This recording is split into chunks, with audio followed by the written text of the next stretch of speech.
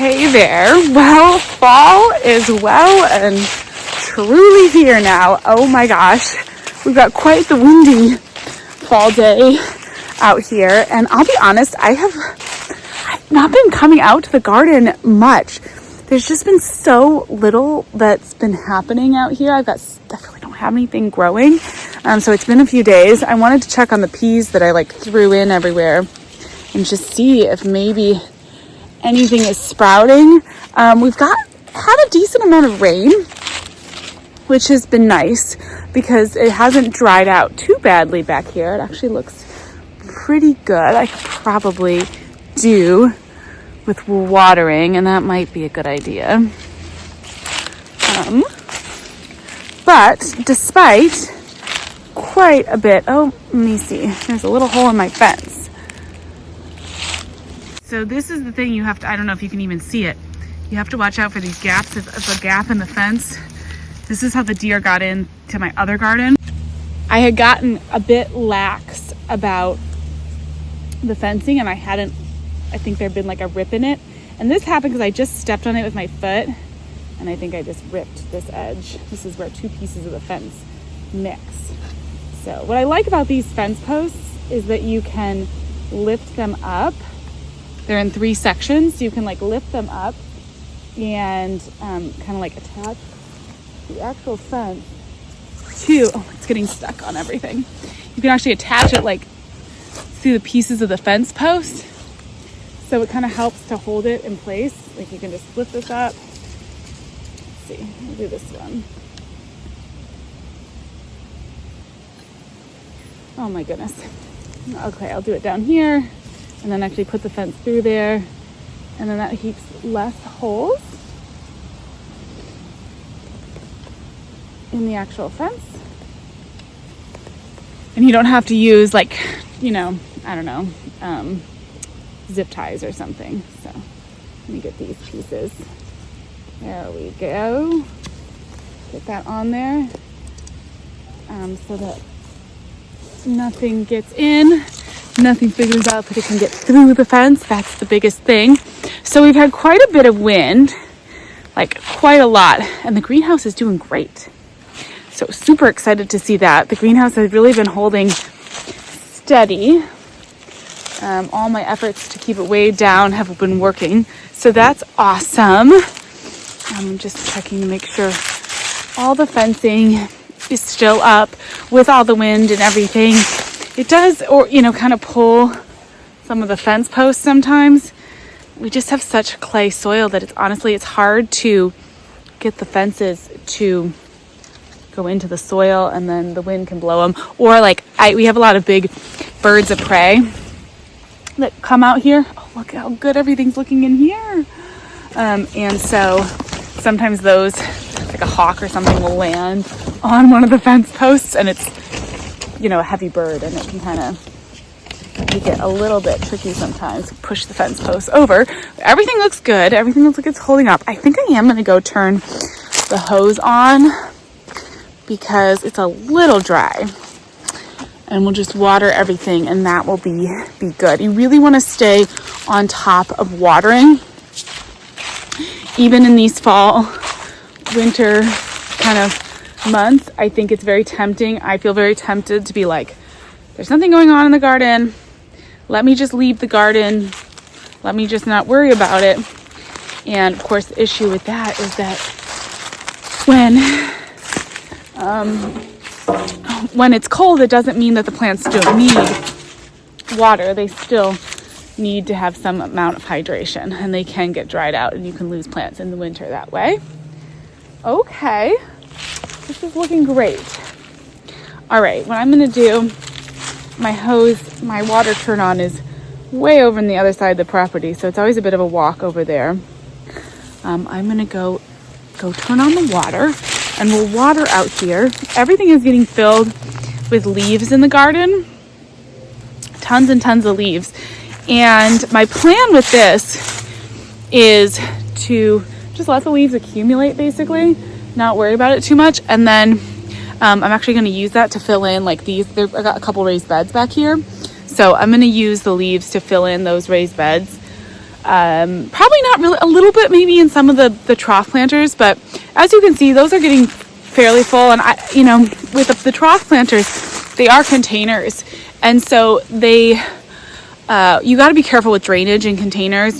That's why we always recommend like using potting soil, because other like garden soil is too dense for a container. So I am going to also, while I'm out here, I have my clippers with me. So I noticed these raspberry vines. There's a few dead canes, and I'm going to take those off. I'm not going to take off the canes that are living. I have to go back and look at this variety that I got and check whether or not you want to cut back old growth. Some varieties of raspberries only produce fruit on like new canes, and some raspberries only produce fruit on old canes. And I think these are, if I'm remembering right, no, these are the container ones. I have the container ones, and then I also think I have a double variety. So I'm not gonna, the one that blooms on old or produces fruit on old and new canes. I do think I have, that's my other one that I have over here. Anyways, what I meant to say is I'm not gonna cut back the old canes because I don't remember whether they produce on old or new or both, and I don't want to get rid of half my harvest. I'm doing a mix of cutting back and not cutting back this year. So, a lot of people will say that it's good to leave some of your plant material up and not to cut it back in the fall and to wait until the spring, because it provides habitat and everything for animals and bugs and everything, which totally is true. And in some of my my past two gardens that were more urban spaces, I definitely was careful not to cut back too much because I did want to leave some habitat, although sometimes I felt like I was leaving habitat for the pests too, so I have to watch that a little bit. But here you can see behind me, we're in the middle of the woods. So, although I do still want to leave habitat for, friendly creatures, I'm slightly less worried about their ability to find places to snuggle down for the winter because we have acres and acres of forest all around us. So they have plenty of spots as well. So like this, I'm just going to cut this back now because it's catching on my clothes as I walk past, and I don't want that. And this one is just going to go in the bottom of this raised bed. Kind of vaguely hugelkultur-esque. I was on a podcast recently and they were asking me about whether or not I did hugelkultur in some of my beds.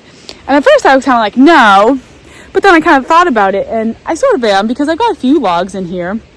And I'm using that a little bit. I think it's also time to cut back the tomato. Okay, cut back the Juliet tomato. As you know, my favorite tomato. And I'm actually going to do the chop and drop method in the top of this bed, basically mulching this raised bed. So as I said, this is a container. So most of this container is almost entirely full of potting mix, like the traditional potting mix that you get for a container at the garden center.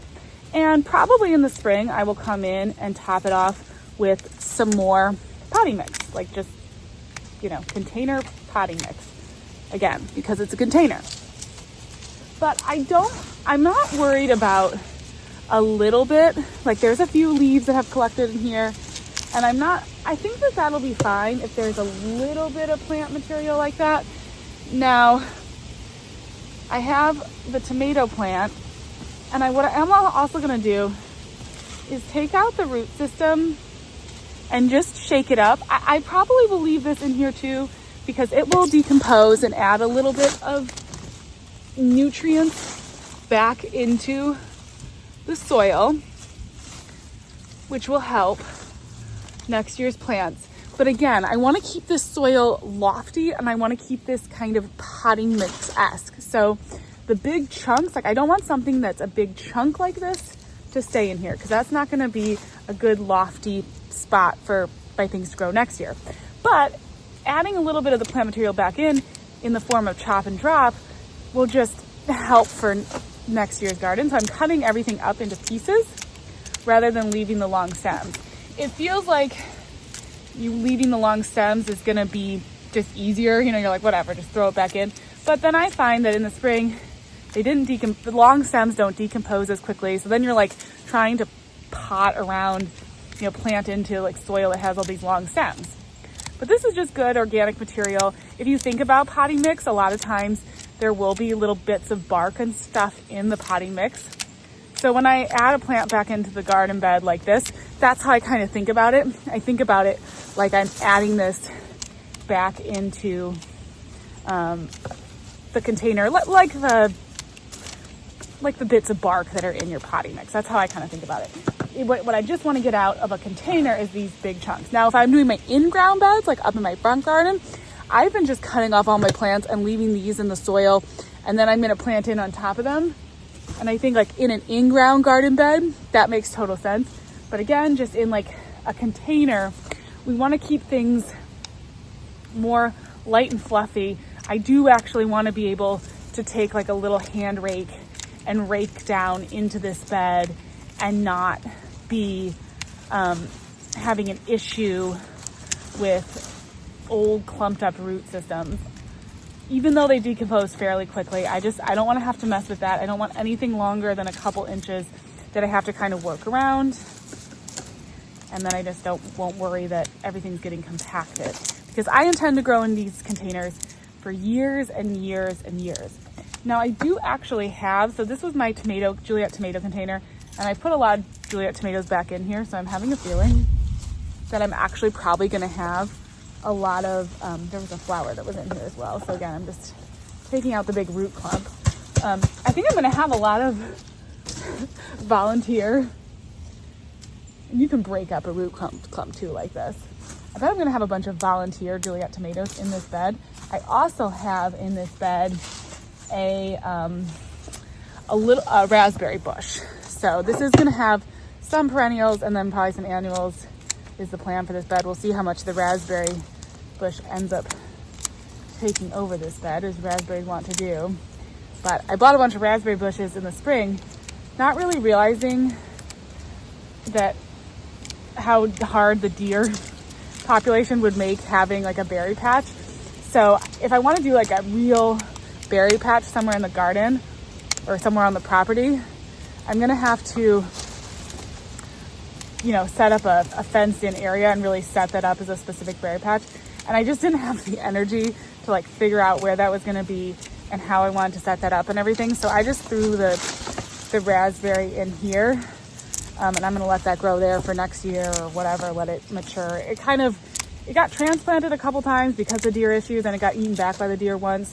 So it really didn't put on much growth this year or do a whole lot of anything. So I'm curious how much growth it's gonna do next year.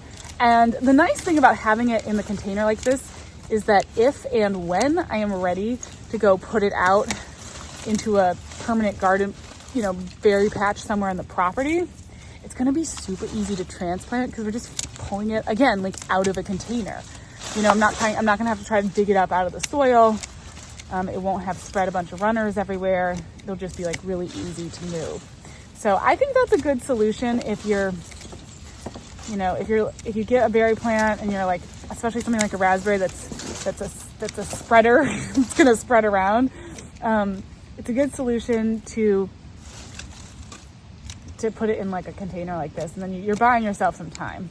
Now there's also a bunch of twine in here. I used jute twine to tie up the tomatoes, and the reason that I do that is because that jute twine decomposes so quickly. I don't need to worry about it. It's not like I'm pulling pieces of plastic out of this bed. I don't need to worry about that jute twine at all. It is completely just going to decompose by spring. It'll probably be gone. Okay, we're almost done. Little plant material. I am going to let the leaves that fall from the trees kind of fill up this bed and just sort of mulch the soil until spring. So I think that'll actually, now that I'm saying that out loud, I should probably, on some of these containers, just let the leaves accumulate, or even take some of the leaves And if they're not going to blow out of there, hopefully just like put them in here. And they're not going to decompose by the spring. Like unless you really, you know, use like a mower or something to crush up your leaves. If you do this, they're not going to be decomposed by spring, but they'll be easy to move or mix into the soil by spring. And that will be handy for, again, just like kind of mulching, protecting the soil. I do think that it is good to mulch.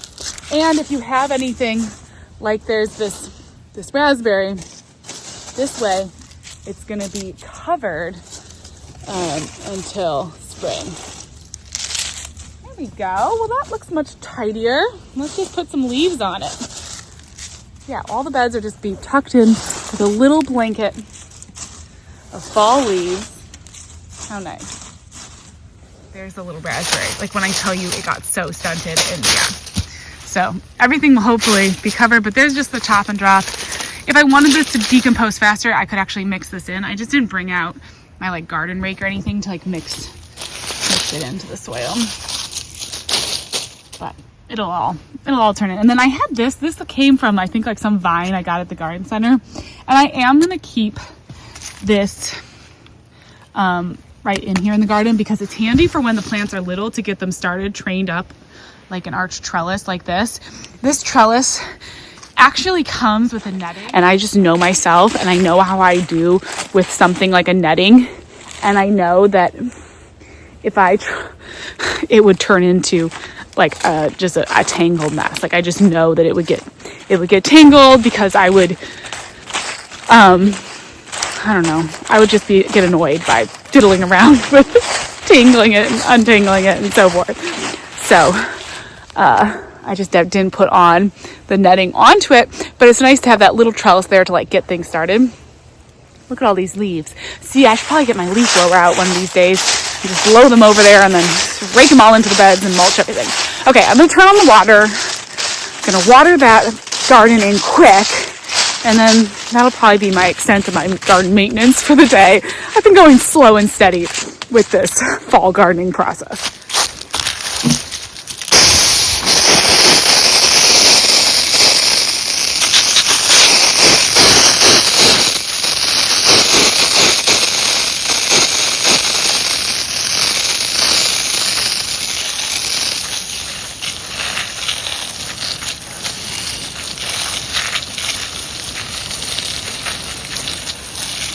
I am going to water this whole bed, even where the raspberry isn't, because with it being a container, it's not connected to the ground, and you can have issues with your soil getting so dry that it starts repelling moisture and becoming a harder kind of environment for your plants to grow.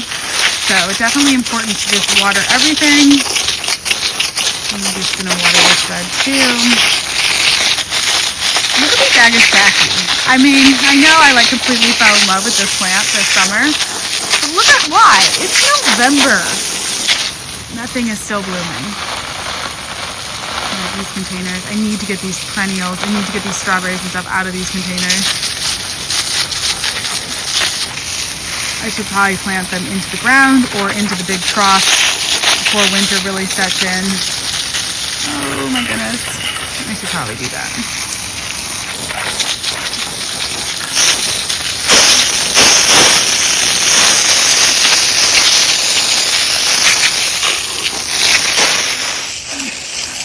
It always feels kind of funny watering when you're like also cold out. It's chilly this morning, although we still have not gotten our first frost. So it's early November, no frost yet. We're due anytime. I shouldn't say no frost because we've had a little bit. Like there's been a slight bit of frost damage on some of the plants up by the house. Nothing like crazy. Definitely not the big, like killing frost. Nothing like that. But just enough to, damage the first top leaves of the like elephant ears that I have near the house. So we're doing pretty well weather-wise. That's pretty nice. All right, I'm gonna really make sure my asparagus is watered. I do not want to let my poor little container asparagus here get too dried out. Oh, look at those fall leaves. Look at the sunlight in the fall leaves. I have to take a minute to just stop and enjoy that. I think it's so important. The beech trees in the fall around here are so beautiful, and I need to take more time to just get out here and like enjoy that beauty because it is so gorgeous. Well, anyways, I'm just gonna finish watering, and then I've actually got some indoor projects, some kind of Christmassy projects. I don't know if you guys like want to see some inside stuff. I like to do a little bit of Christmas decorating. I know it's not totally exactly garden related, but it feels long theme. So I'm going to do one of my trees with you guys. And I also did do I'm starting a little bit of a garden themed tree as well. I like to do a lot of Christmas decoration, lots of different trees and different themes. And so I'll show you a couple of those in my next video and decorate one of my trees with you. Hopefully I will see you again soon. Thank you for watching. Bye.